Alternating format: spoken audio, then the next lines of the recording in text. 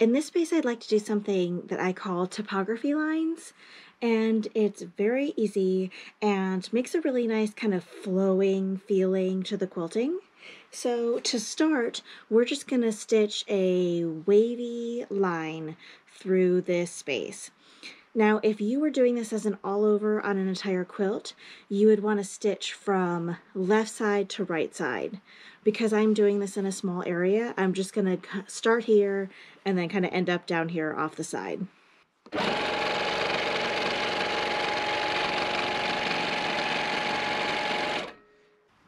So now that we've stitched our curvy line, we are going to start echoing it on either side. Like when you were in middle school, did you write your name and then like draw the little lines all around it to kind of fill up the whole page? It's the same kind of concept.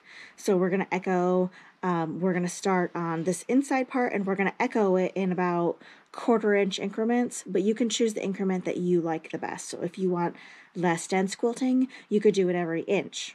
So because this is a small space, I'm going to stick with 1/4 inch.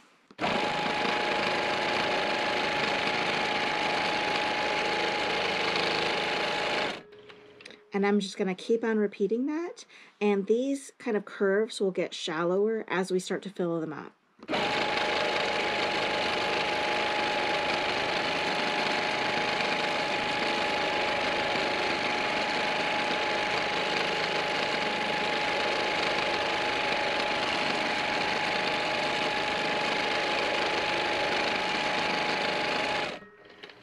So you can see right here, this is already about 1/4 inch away from each other, so I won't be able to get another line down in there. So I'm just going to go around it and fill in as close as I can to the other lines.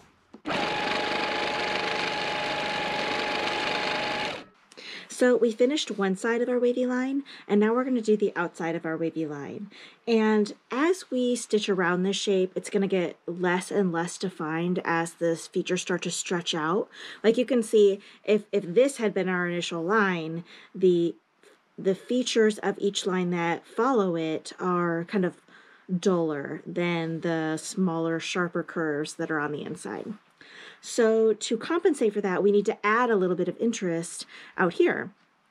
And what you want to do is you just want to kind of create some little like fingers that stick out from this next echo to kind of, we're mimicking these little shapes right here because they will grow into more interesting bits as we stitch on the outside.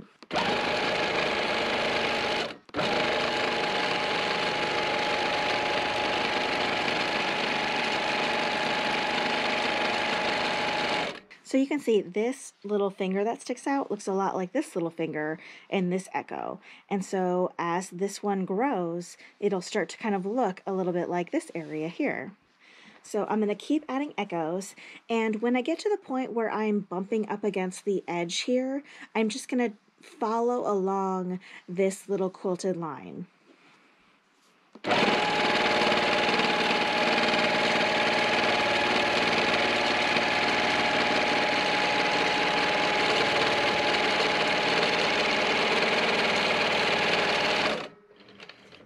So now I have this area that is kind of closed off. If I just did an echo and kind of continued following this line, I would have to follow this line many times. So instead of kind of going back and forth across this line, I'm just going to finish off this area and then move on to this area. And this will be kind of my new point where I work back and forth going around.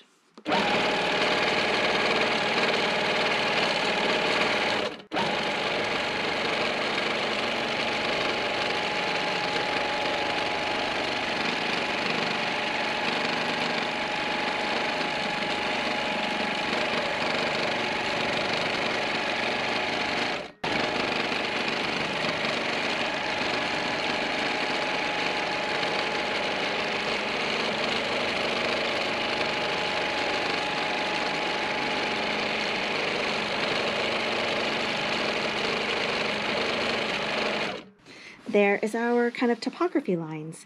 Now, if you're doing this all over a whole quilt, you want to make sure that you have enough of these little interest points to keep it even and kind of equally wobbly throughout your entire quilt.